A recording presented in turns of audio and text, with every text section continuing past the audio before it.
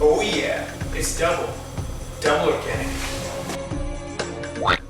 Hey, want to make a quick video here on some exercises that you can do if you're pregnant to reduce low back pain. These are things you want to be doing really before getting pregnant, and in fact anyone can do these exercises, but I'm going to tailor this video to those that are pregnant because I have a couple friends who are pregnant right now. And so I've done some research and I found that anywhere between 60 to 70% of women who are pregnant report that they have some low back pain, and those women, 30% have pain that's severe enough that they have to stop one of their daily activities. And so, it affects their life, their function.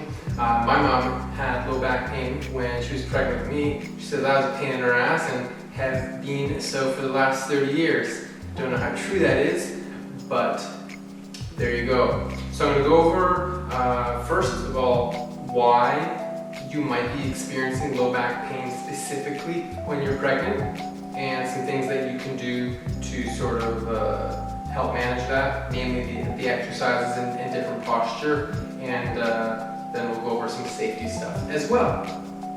So first, I'll explain why you might be experiencing pain in the first place. Well, you could be experiencing pain from the pubic symphysis or the SI joints here, because as there's more estrogen and elastin near the later term of the pregnancy, causing you to be a little more lax and loosey-goosey, those joints that normally don't have a whole lot of movement in them, now they're maybe moving a little bit more and they're a little bit aggravated, and that's what's causing the pain in low back, or for example in my sister's case, at the front in the pubic symphysis. And there's not much you can do about that with exercise because there's no muscle that crosses those three joints, and I'll put a picture up of those joints. What you would do in that case is have a belt that gives stability. But what we're talking about is back pain, more of the spine and the surrounding muscles, and how some core stability work is going to be really beneficial in helping to reduce back pain and improve function. I'm going to be teaching some exercises that are highly researched. In one of the studies I was reading this morning, pain was reduced by 15% in those who did these exercises, and function was increased 12%. And that was even more so, better than standard physiotherapy was achieving. So one of the reasons that someone's going to maybe experience low back pain when they're pregnant is because as the baby grows near the end of the term much faster and faster, it's an amount of weight that the body can't really accommodate, right? Because it's coming on pretty quickly. And so if you imagine that you have a growing amount of weight in front of you, you're going to have to do something to counterbalance that. Otherwise, it's just going to pull you forward. And so what we might do is kind of maybe unconsciously lean back, right?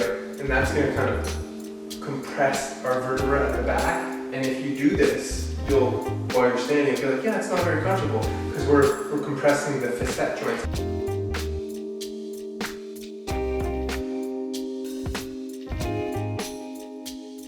At the back. And another way that might happen is just the weight of the abdomen pulling the pelvis forward again into that same position where we're getting that compression at the back. And that's going to be irritating, okay?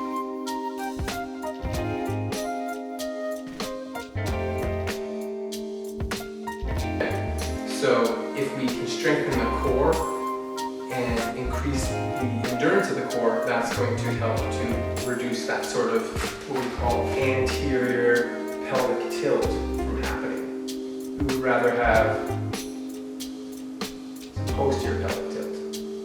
Right before we get into the exercises, I'll just go over the general parameters of how long you should be doing this, how often. Basically, at least 3 times per week, although better results are found when people do them every single day. You don't need to do every single exercise I'm showing you, just maybe 1 or 2 of them, and it's only going to take you 2 or 3 minutes. So hopefully you can find that time. You don't need to go to exhaustion, there shouldn't be pain. We're not trying to get a ripped six-pack here, we're just trying to build some endurance. And exercise during pregnancy is really healthy for you and the baby, and so we shouldn't be sort of like shying away from that. People often are running and doing all sorts of things, even into like 5, 6 plus months of pregnancy, though they are often conditioned for that. So exercise during pregnancy is good. Now this video is going to be specific to a couple core exercises, not all facets of exercise that one could do while pregnant. So let's get into this. This first exercise is called the curl up. The caveat of this exercise is that you don't want to be doing exercises on your back after the first trimester because the uterus can push on the inferior vena cava, which is a vein, and compress it. So prior to pregnancy and the first trimester, thumbs up.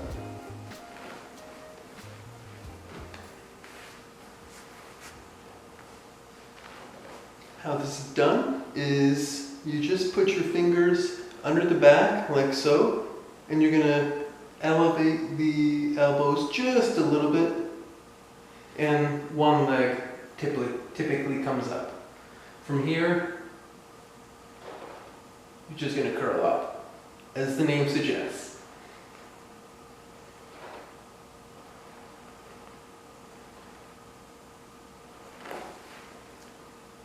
Do that 10 or 15 times, or as needed. Pause for a few seconds at the top, and that's the exercise.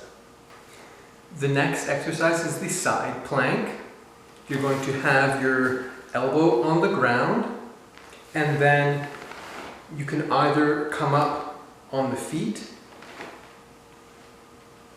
or if that's too much, you can use your knees as the other point of contact. You want to be a straight line.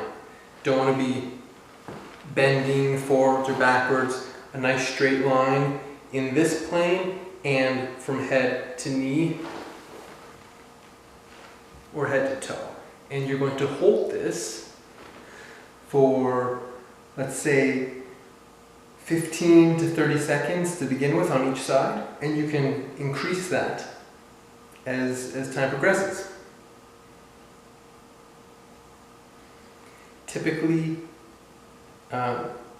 isometric exercises are good during pregnancy. However, there are other advanced versions of these, right? I'm giving baby steps, pun intended, but you can drop down and up, or bring your arm forward like so that you're in a plank, and switch to the other side.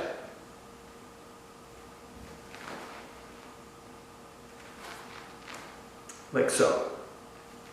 Alright, this last one's called quadruped. It's an awesome exercise. You might have done something similar to it before.